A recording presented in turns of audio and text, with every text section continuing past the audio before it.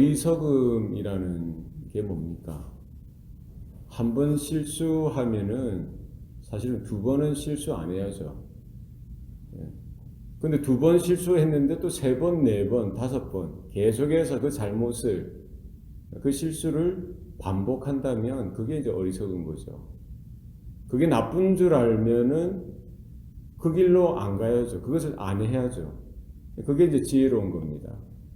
우리 어린아이들이 장난이 얼마나 심합니까? 이제 밥솥 같은 게 이제 있죠. 밥솥에 보면은 뜨겁지 않습니까? 이게 위험하니까 이게 뜨겁다는 것을 알려주기 위해서 어떻게 합니까? 그 만질 때 그냥 살짝 만지게 놔두는 거예요. 그 부분.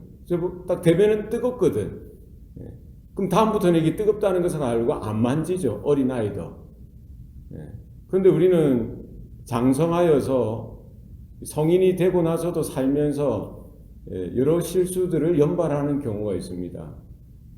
이게 한 번, 두 번은 실수죠. 그 잘못을 저지를 수 있다고 손치더라도 그게 이제 계속 깨닫지 못하고 알지 못하고 똑같은 그런 잘못을, 실수를 연발하면, 계속 반복하면은 그것은 이제 어리석은 거가 됩니다. 아, 내가 잘못하고 있구나. 내가 바르지 못하고 있구나. 이것을 깨닫고 스스로 돌이킬 수 있어야 되는데 그렇지 못한 것이 바로 어리석은 거죠. 죄의 모습이 그렇습니다. 우리가 하나님 앞에서 죄로, 죄인의 모습으로 타락하여서 본성이 부패하여서 살아갈 때 우리의 모습이 그랬던 거예요. 죄를 깨달을 수 있으면 좋은데 깨닫지 못하는 거예요. 그리고는 그 죄에 머무는 것이 아니라 더 큰 죄로, 더 심각한 죄로, 더 치명적인, 더 흉악한 죄로 이렇게 더 악화되어진다면 그것이 어리석은 거죠. 대부분 인생들이 그래요.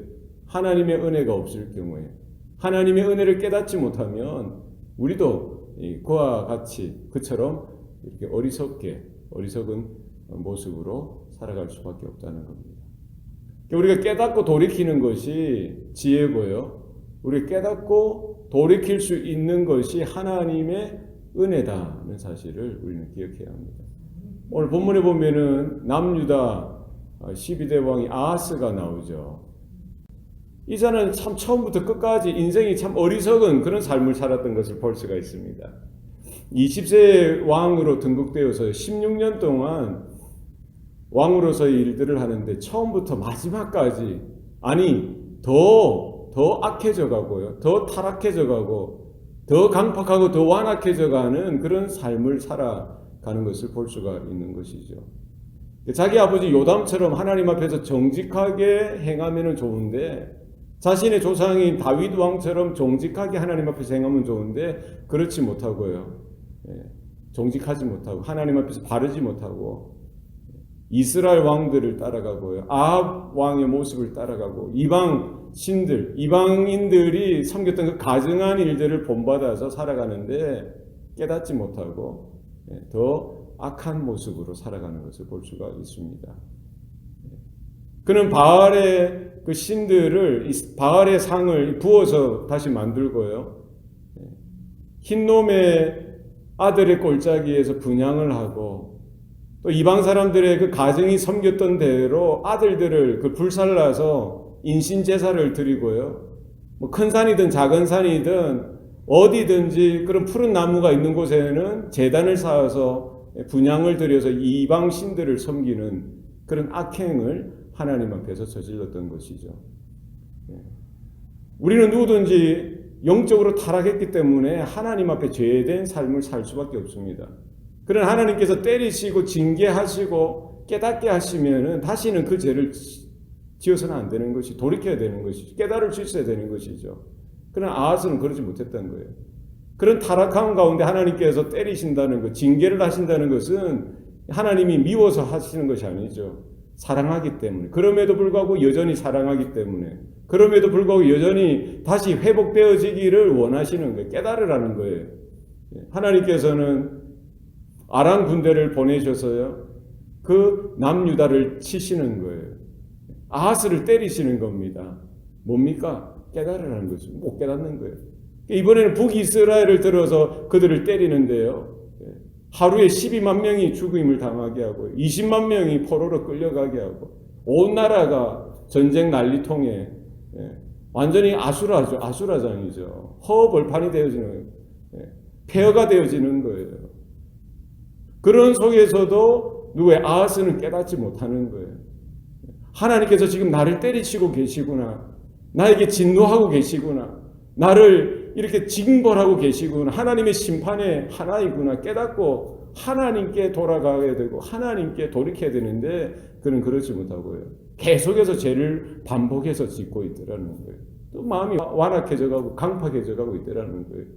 우리의 삶에 있어서 하나님께서 때로는 왜 하나님께서 나에게 이와 같은 고난을 주시고 왜 하나님께서 나에게 이와 같은 어려움을 주시고 아픔을 주시느냐 우리가 깨달을 수 있어야 돼요.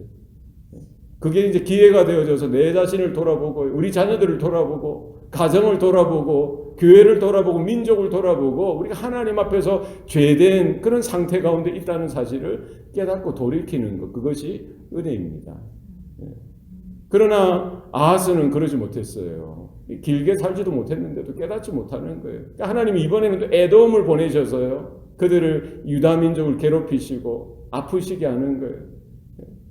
그리고 블레셋까지 들어서 그들을 강하게 휘몰아치는데도 깨닫지 못하고 이번에는 어떻게 합니까? 하나님을 찾고 하나님 앞에 기도로 나아가고요. 하나님 앞에 회개하고 돌이키는 것이 아니라 그때 더 큰 강대국인 아수르를 향해서 나아가는 거예요. 아수르 왕에게 가서 자기를 도와달라고 자기의 재물들, 자기 귀족들의 재물들을 다 모아서 그 왕에게 바쳐도 어떻게 합니까?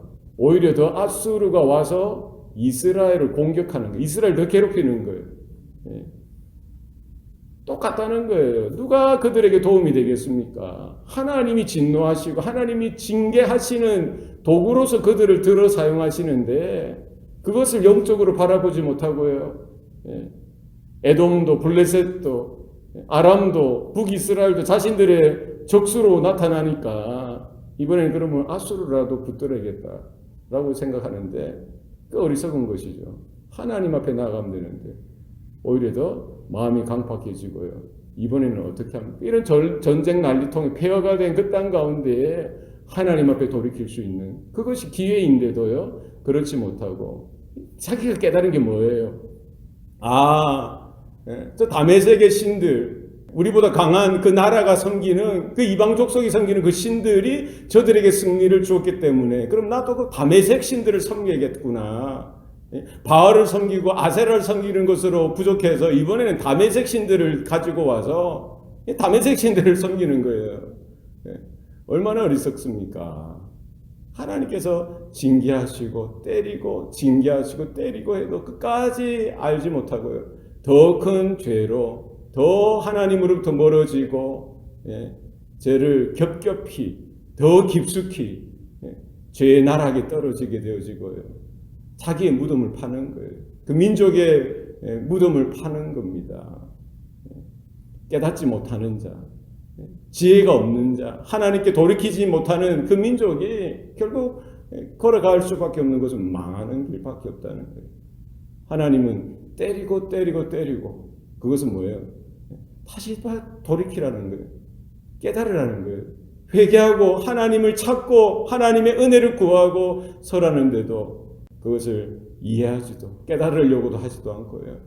그 죄악의 그 강팍함 가운데 완악함 가운데 붙들려서 하나님으로부터 더 멀리 떨어지고 하나님의 은혜와 전혀 관계없는 그런 삶으로 고집하며 나아가는 그 아하스 왕 처음부터 마지막까지 남유다의 그 왕들 중에 가장 강팍하고 완악했던 왕으로 역사에 기록되어지고요.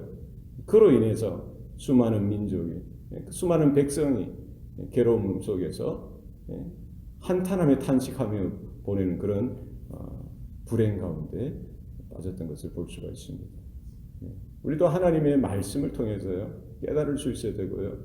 때로는 하나님께서 우리의 삶 가운데 개입하시고 간섭하셔서 크고 작은 가시를 채찍으로 인생의 몽둥이와 막대기로 우리를 휘몰아치실 때가 있는 거예요. 그럴 때 깜짝깜짝 놀라셔서 다시 하나님의 말씀 가운데 하나님의 음성 가운데 우리가 돌이킬 수 있는 은혜가 있기를 소원합니다. 이 나라를 바라보고 우리 민족을 바라보고요. 역사를 바라보면서 되어졌던 그런 여러 가지 크고 작은 사건이 우연하게 나타난 것이 아니라 하나님께서 민족을 향한, 나라를 향한, 그 지방과 그 개인을 향한 하나님의 경고요, 또 하나님의 사랑의 그 외침이었다는 사실을 우리가 바라보고 오늘도 그 은혜 가운데, 그 약속 가운데 다시 한 번 더 돌이키고 하나님께만 더 가까이 나아가는 성도들의 삶이 되시기를 축원합니다. 기도하시겠습니다. 살아계신 아버지 하나님, 우리에게 은혜 주시사 믿음으로 하나님의 음성을 듣게 하시고 하나님의 말씀 앞에 서게 하여 주시옵소서. 우리의 마음이 죄로 인하여 뒤덮여져서 완악하고 강팍하여져서 수없이 하나님 앞에 반복하여 죄 짓는 모습들, 또 강팍하여 넘어진 곳에 또 넘어지고 또 자빠지고 또 엎드려지는 그런 모습 가운데 하나님, 그런 어리석은 가운데 처하지 않도록 도와주시고 하나님이 말씀하시고 때로는 꾸짖으시고 때리실 때에, 징계하실 때라도 우리가 깨닫고 돌이킬 수 있는 은혜가 우리에게 있게 하여 주시옵소서. 아하스처럼 마음이 강팍하여서 죄를 향하여 달려가는 그런 불쌍한 어리석은 인생 되지 않도록 하나님이 우리의 걸음을 주장하시고 우리의 마음을, 우리의 생각을, 우리의 몸을, 우리의 삶을 간섭하시고 붙들어 주시사 강권하시고 역사하시는 하나님의 손길 가운데 우리가 순응하며 순종하며 우리 하나님께 돌이키며 하나님께로 나아가는 성도들의 삶이 되게 하여 주시옵소서. 감사드리고 예수님 이름으로 기도합니다. 아멘.